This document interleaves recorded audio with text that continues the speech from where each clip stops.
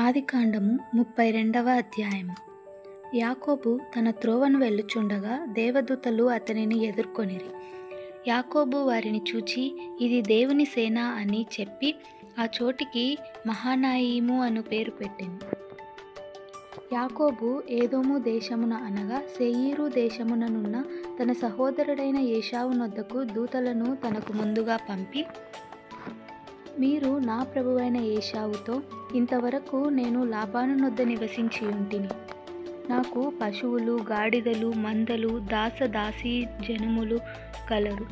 మీ కటాక్షము నా యందు కలుగునట్లుగా నా ప్రభువు నాకిది దయచేయనంపించినని నీ సేవకుడైన యాకోబు అనెనని చెప్పుడని వారికి ఆజ్ఞాపించెను.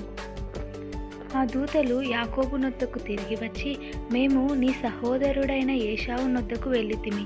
అతడు 400 మందితో నిన్ను ఎదుర్కొనవచ్చుచున్నాడని చెప్పగా, యాకోబు మిక్కిలి భయపడి తొందరపడి, ఏశావు ఒక గుంపు మీదికి వచ్చి దాన్ని హతము చేసిన ఎడల మిగిలిన గుంపు తప్పించుకొని పోవుననుకొని తనతోనున్న జనములను, మందలను, పశువులను, ఒంటెలను 2 గుంపులుగా విభాగించెను. అప్పుడు యాకోబు, నా తండ్రివైన అబ్రహాము దేవా, నా తండ్రివైన ఇస్సాకు దేవా, నీ దేశమునకు నీ బంధువుల యొద్దకు తిరిగి వెళ్ళుము. నీకు మేలు చేసేదనని నాతో చెప్పిన యెహోవా, నీవు నీ సేవకునికి చేసిన సమస్తమైన ఉపకారములకును సమస్త సత్యమునకును అపాత్రుడను. ఎట్లనగా నా చేతి కర్రతో మాత్రమే ఈ యోర్దాను దాటి తిని, ఇప్పుడు నేను 2 గుంపులైతిని. నా సహోదరుడైన ఏశావు చేతిలో నుండి దయచేసి నన్ను తప్పించుము. అతడు వచ్చి పిల్లలతో తల్లిని నన్ను చంపునేమో అని అతనికి భయపడుచున్నాను. నేను నీకు తోడై నిశ్చయముగా మేలు చేయుచు విస్తారమగుట వలన లెక్కింపలేని సముద్రపు ఇసుక వలె నీ సంతానము చేయుదునని సెలవిచ్చితివే అన్నను. అతడు అక్కడ ఆ రాత్రి గడిపి తాను సంపాదించిన దానిలో తన అన్న అయిన ఏశావు కొరకు ఒక కానుకను అనగా 200 మేకలను, 20 మేకపోతులను, 200 గొర్రెలను, 20 పొట్టేళ్లను, 30 పాడి ఒంటెలను, వాటి పిల్లలను, 40 ఆవులను, 10 ఆబోతులను, 20 ఆడుగాడిదలను, 10 గాడిద పిల్లలను తీసుకొని మందకు వేరు చేయగా, తన దాసుల చేతికి అప్పగించి, మీరు మందకు నడమ ఎడముంచి నాకంటే ముందుగా సాగిపోండని తన దాసులతో చెప్పాను. మరియు వారిలో మొదటివానితో, నా సహోదరుడైన ఏశావు నిన్ను ఎదుర్కొని, నీవెవడవు, ఎక్కడికి వెళ్ళుచున్నావు, నీ ముందరనున్నవి ఎవరివని నిన్ను అడిగిన ఎడల, నీవు, ఇవి నీ సేవకుడైన యాకోబువి, ఇది నా ప్రభువైన ఏశావు కొరకు పంపబడిన కానుక. అదిగో అతడు నా వెనుక వచ్చుచున్నాడని చెప్పుమని ఆజ్ఞాపించెను. అట్లతడు నేను ముందుగా పంపుచున్న కానుక వలన అతని పరిచిన తరువాత నేను అతని ముఖము చూచెదను.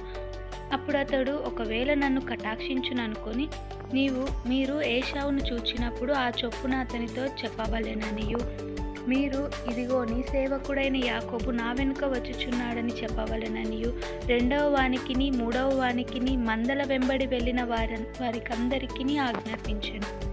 అతడు కానుకను తనకు ముందుగా పంపించి తాను గుంపులో ఆ రాత్రి నిలిచెను. ఆ రాత్రి అతడు లేచి తన 2 భార్యలను, తన 2 దాసీలను, తన 11 మంది పిల్లలను తీసుకొని యబ్బోకు రేవు దాటిపోయెను.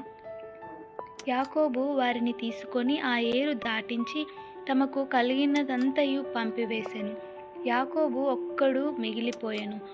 ఒక నరుడు తెల్లవారు వరకు అతనితో పెనుగులాడెను. తాను అతన్ని గెలవకుండుట చూచి తొడగూటి మీద అతనిని కొట్టెను. అప్పుడు అతడు ఆయనతో పెనుగులాడుట వలన యాకోబు తొడ గూడు వసిలెను. ఆయన తెల్లవారుచున్నది గనుక నన్ను పోనిమ్మనగా, అతడు, నీవు నన్ను ఆశీర్వదించితేనే గాని నిన్ను పోనీయనెను. ఆయన, నీ పేరేమని అడగగా అతడు యాకోబు అని చెప్పాను. అప్పుడు ఆయన, నీవు దేవునితోనూ మనుషులతోనూ పోరాడి గెలిచితివి కనుక ఇక మీదట నీ పేరు ఇశ్రాయేలే గాని యాకోబు అనబడదని చెప్పాను. అప్పుడు యాకోబు, నీ పేరు దయచేసి తెలుపుమనెను. అందుకాయన, నీవు ఎందు నిమిత్తము నా పేరు అడిగితివని చెప్పి అక్కడ అతన్ని ఆశీర్వదించెను. యాకోబు, నేను ముఖాముఖిగా దేవుని చూచితిని, అయినను నా ప్రాణము దక్కినదని ఆ స్థలమునకు పెనుయేలు అను పేరు పెట్టెను. అతడు పెనుయేలు నుండి సాగిపోయినప్పుడు సూర్యోదయమాయెను. అప్పుడు అతడు తొడకుంటుచు నడిచెను. అందుచేత ఆయన యాకోబు తొడగూటి మీది తుంటి నరము కొట్టినందున నేటి వరకు ఇశ్రాయేలీయులు తొడగూటి మీద నున్న తుంటి నరము తినరు.